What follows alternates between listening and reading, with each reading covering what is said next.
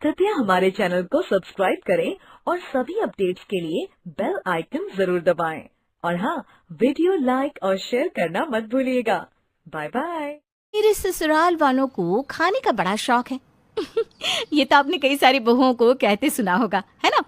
क्योंकि बहन कितनी भी सुंदर, सुशील और संस्कारी क्यों ना हो, वो ससुराल वालों का दिल तभी जीत पाएगी जब सबकी प्लेट में स्वादिष्ट खाना पहुंचा पाएगी। पर स्वादिष्ट खाना बनाना और स्वादिष्ट खाना पच भी जाना दोनों अलग चीजें हैं, नहीं समझी? आइए आपको लेकर चलती हूँ गुप्ता परिवार में, जिसे देखकर आपको सब कुछ समझ में आ जाएगा। कायम चूरन कहाँ है? कायम चूरन कहाँ है? कायम चूरन कहाँ है? कायम चूरन कहाँ है? हाँ हाँ ला रही हूँ, रुक जाओ ना। अब क्या खा लिया आप सबने ऐसा जो कायम चूरन की जरूरत पड़ गई? आज ना छोले बहुत ही बढ़िया बने थे, तो सबने कुछ ज्यादा ही खा लिया।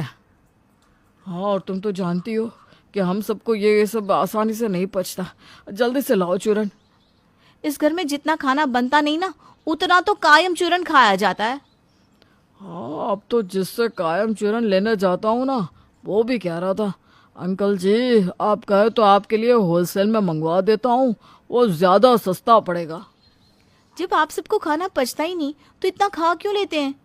अब क्या करे, जुबान का स्वाद भी तो जाता नहीं ना, उसे भी चटपटे खाने की आदत पड़ी हुई है। अरे पर उसकी वजह से आप सबकी सेहत खराब हो रही है, उसका क्या? माँ जी, आपको और बाबूजी को रोज गैस की परेशानी रहती है।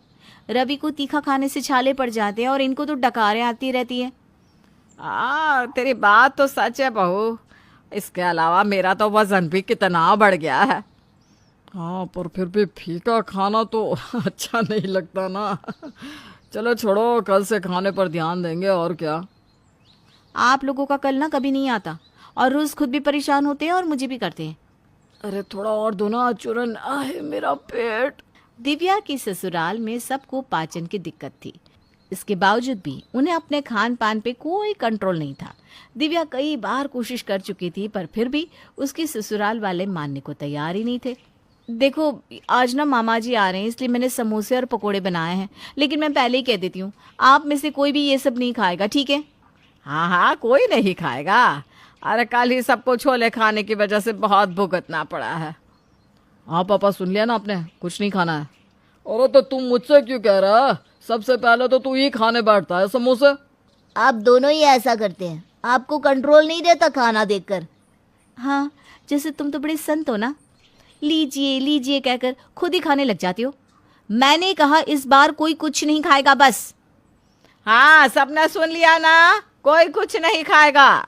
दिव्या ने सबको वार्निंग दी थी ये सब तला हुआ खाने से। इसके बावजूद भी सबने मामा जी के साथ बैठकर जमकर नाश्ता कर ही लिया और दिव्या मामा जी के सामने किसी से कुछ कह भी नहीं पाई। मेरा पेट। दिव्या प्लीज ठंडा दूध देना जरा। भाभी मुझे तो सौंफ का पानी दे दीजिए। और मुझे पुदीना रवा दे देना बहू। और मुझे भी।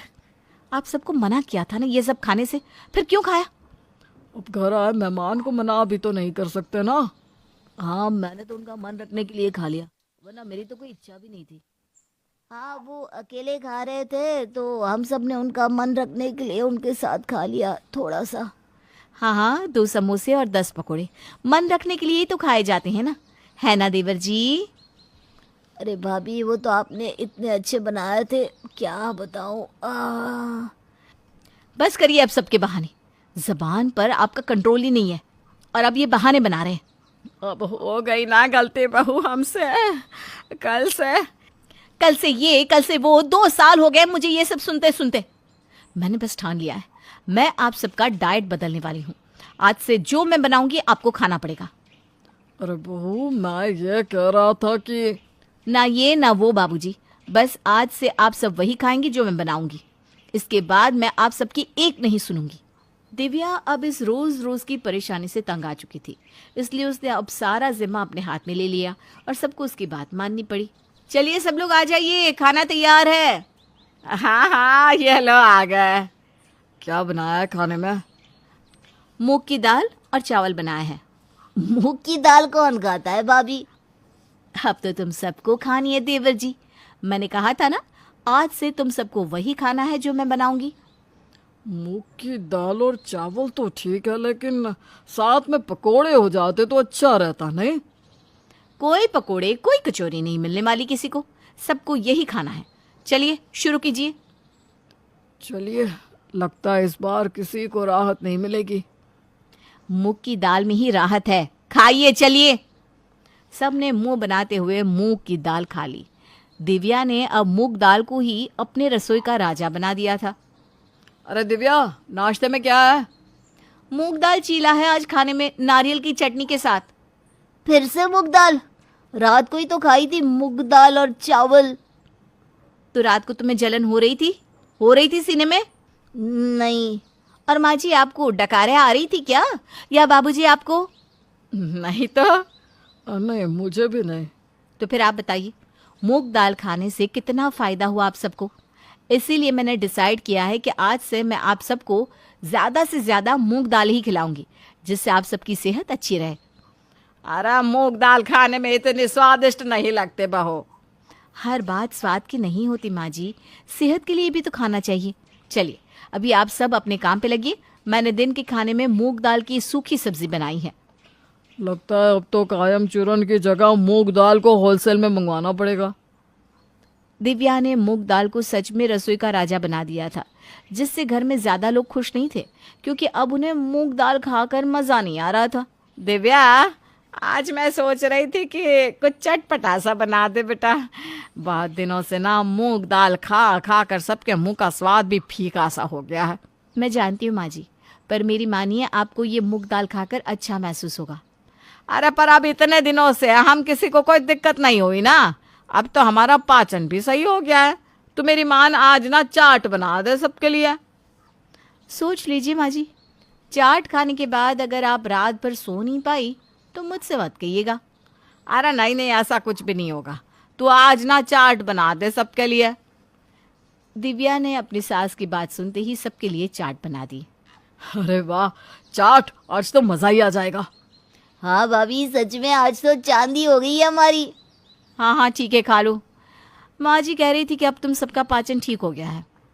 हाँ, अब तो ना मुझे गैस भी नहीं होती और ना ही डकारें आती हैं। हाँ, मुझे भी कुछ नहीं होता, ये तो मैं आराम से खा लूंगा। ठीक है, खा लीजिए, क्योंकि मैं तो मूंग दाल का पराठा खा रही हूँ। सब ने आज जमकर चाट खाई और परिणाम वही हुआ जो होना था। सबको रात को पेट में जलन होने लगी, पर दिक्कत ये थी कि वो दिव्या से कह भी नहीं सकते थे। हाय, पेट में गैस सी हो रही है। अब बहू से काढ़ा या दवाई भी नहीं मांग सकते। इतनी होशियारी से कहा था कि अब कुछ नहीं होता। हाँ, दिव्या ने इतने दिन से मूंग दाल खिला के हमारा वजन और पाचन दोनों सही कर दिया था।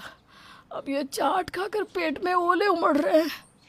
मैं तो 3 बार बाथरूम जाकर आया, काश भाभी की बात सुन ली होती। अब ये लो पुदीना रहा, खाकर सो जाओ।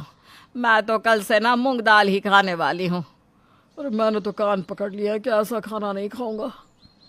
पता नहीं आज रात को नींद भी आएगी या नहीं। चाट खाने के बाद सबकी हालत पहले की तरह हो गई थी। जैसे तैसे सबने रात निकाल ली और सुबह होते ही जब दिव्या ने सबसे पूछा कि आज नाश्ते में क्या खाओगे, सबके लिए कचौरियां बना दूं? नहीं नहीं नहीं नहीं नहीं बहू, नहीं नहीं। क्या हुआ, ऐसे अचानक सब डर क्यों गए? सब ठीक तो है ना? अरे सब ठीक है, तुम एक काम करो, मूंग दाल के पराठे बना दो। हाँ, रात को ना मूंग दाल और चावल बना दीजिएगा भाभी। अरे क्या हो गया सबको, आपको तो मूंग दाल पसंद नहीं थी ना? अरे बहू, तुम्हारी पसंद नहीं हमारी पसंद है। आज के बाद मूंग दाल ही इस रसोई का राजा और रानी दोनों है। हाँ, मुझे तो ना आज मूंग दाल का सूप ही देना, मैं तो वही पीऊंगी। मुझे भी। और मुझे भी। अरे वाह, मूंग दाल ने तो लगता है जादू कर दिया, सब के सब सुधर गए। तो दोस्तों, आपने मूंग दाल ट्राई किया या नहीं?